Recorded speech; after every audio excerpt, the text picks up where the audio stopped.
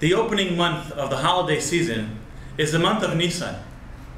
And of course, halfway through Nisan, we have the holiday of Pesach. About 49, 50 days later, we have the holiday of Shavuot. Months later comes Sukkot. It is indeed the holiday season. One of the best times of the year. All times of the year are great, but this is holiday season. And there's a very interesting relationship that exists between Pesach and Shavuot. On the one hand, you have Pesach, where we talk about and celebrate the Exodus from Egypt. And on the other hand, you have Shavuot. Shavuot, of course, commemorates the giving of the Torah, the divinity of the Torah, our introduction to God, as it were, where God introduces himself and Moshe as his prophet. When you combine those two, it gives us a sense of history, it gives us a sense of destiny, and it provides purpose in our life. When we focus on Pesach, though, once we've gotten past Shavuot, and we recognize the fact that God exists and knows us, we can look back at the events of the Exodus and realize and be aware that indeed God is watching over us. God cares for us.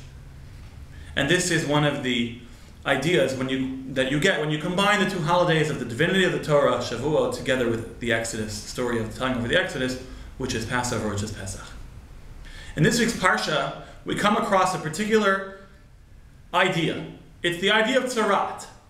Tzaraat, the Torah itself tells us, as in the case of Miriam when she told Lashon Hara, when she slandered her brother Moshe, the Torah tells us that she got punished, as it were, with what people often mistranslate as leprosy, but some sort of spiritual ailment that made her skin turn white, or certain spots on her skin get white lesions.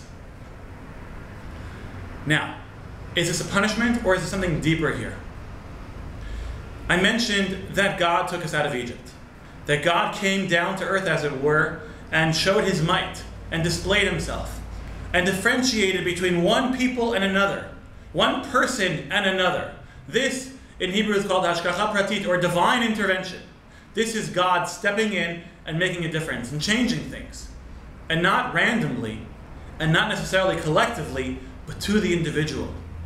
One of the ideas of when a person gets Lashon Hara and speaks Lashon Hara and gets Tzaraat is, well, you might say, well, it's a punishment. The answer is no, it's a wake-up call. It's a call to remind you of who you are, that you're a Jewish person and you've got a special and unique relationship with God, who cares about you and who loves you. And therefore he taps you on the shoulder or on the chest or wherever that white spot may appear. And he says, wake up. And the first step in that wake up is seclusion. The Kohen tells you to go into a room and stay there for 7 days. Why? Because it's during that time period that you're meant to meditate and think and contemplate your actions and your activities. And you're separate from society. You're no longer with your group of friends that perhaps brought you down as a result of the peer pressure and whatever else that drove you to slandering. You're alone. You are in a quiet place. And you have the opportunity to think and consider and change the direction of your life. And this wake-up call that God gives you is an opportunity. This is one function or one example of hashgacha pratit, divine intervention, that we see in this week's Parsha, Parshat Tazria. With that, I want to wish you a Shabbat Shalom and a successful and extremely happy holiday season.